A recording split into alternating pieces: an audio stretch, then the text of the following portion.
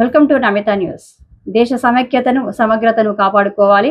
ఉగ్రవాదం అంతం. ప్రజలందరూ ఐక్యతా రాగంను చాటుతూ సమైక్యత యాత్ర కరపత్రాలు పంపిణీ చేసిన సిపిఎం.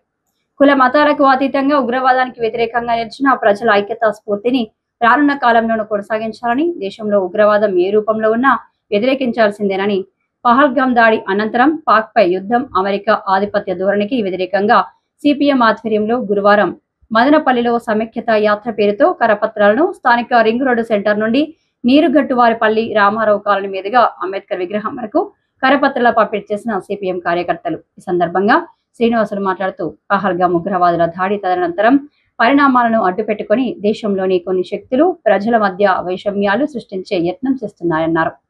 అమెరికా తన ఆధిపత్యం కోసమే పాక్ పై భారత్ యుద్ధంలో జోక్యం చేసుకుందని, అమెరికాకు మోడీ లొంగిపోవడం సరికాదని విమర్శించారు. ఏప్రిల్ 22న పహల్గాంలో ఉగ్రవాదుల దాడి జరిగి దాదాపు 25 మంది పర్యాటకులు చనిపోయినారు. ఈ సంఘటన ఆధారంగా దాదాపు పాకిస్తాన్తో యుద్ధం జరిగేటటువంటి వాతావరణం వచ్చింది. సైనిక దాడులు జరిగాయి.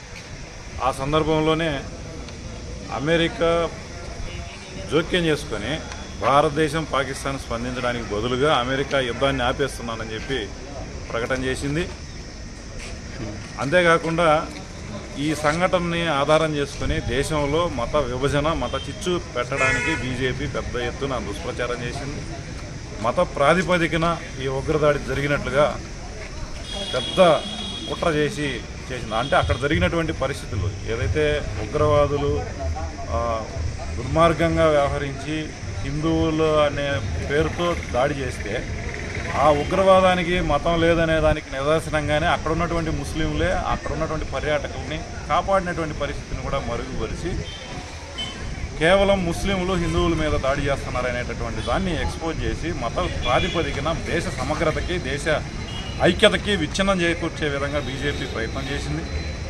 దీనికి తోడుగా మన దేశ విదేశాంగ విధానానికి తూటుపొడిచే విధంగా అమెరికా ఈరోజు మన దేశం మీద పెత్తనం చేసే విధంగా మీరు యుద్ధాన్ని ముగించాలని చెప్పేటటువంటి పద్ధతుల్లో చెప్పినట్లుగా ప్రకటనలు ట్రంప్ చేస్తాడు. ఇక్కడేమో అదేం లేదని చెప్పి మాట్లాడతారు. ఇదంతా దేశంలో అనేక అనుమానాలు వచ్చినటువంటి పరిస్థితి.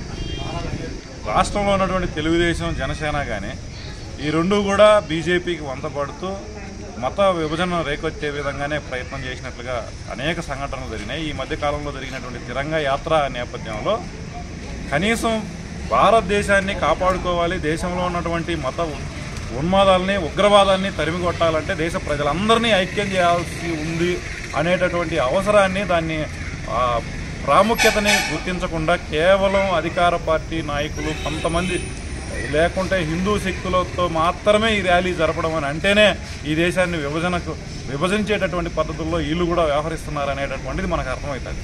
తిరంగ యాత్ర అనే పేరుతో దేశంలో ఉన్నటువంటి అన్ని శక్తుల్ని, అన్ని రాజకీయ పార్టీలని, అన్ని సంఘాలని, అన్ని రకాల మనుషుల్ని ఐక్యం చేసి ఒక్క తాటి మీదకి తీసుకొచ్చి ఉగ్రవాదానికి వ్యతిరేకంగా నడపాల్సిన దానికి బదులుగా ఈరోజు ఈ విధమైనటువంటి విచ్ఛిన్న వాదనకి ప్రయత్నం చేస్తూ ఉన్నారు. ఇది సరైంది కాదు. దేశ భద్రతకు కూడా ముప్పు వచ్చే విధంగా ఉంది. ఆ తర్వాత జరిగినటువంటి పరిణామాలు అనేకం మనం పరిశీలన చేస్తే బీజేపీకి సంబంధించినటువంటి కార్యకర్తలే ఈరోజు ఉగ్రవాదానికి ఏ విధంగా తోడున్నటువంటి పరిస్థితి ఉందో మనకు అన్నిటి కూడా రకరకాలైనటువంటి ఆధారాలు బయటొచ్చాయి.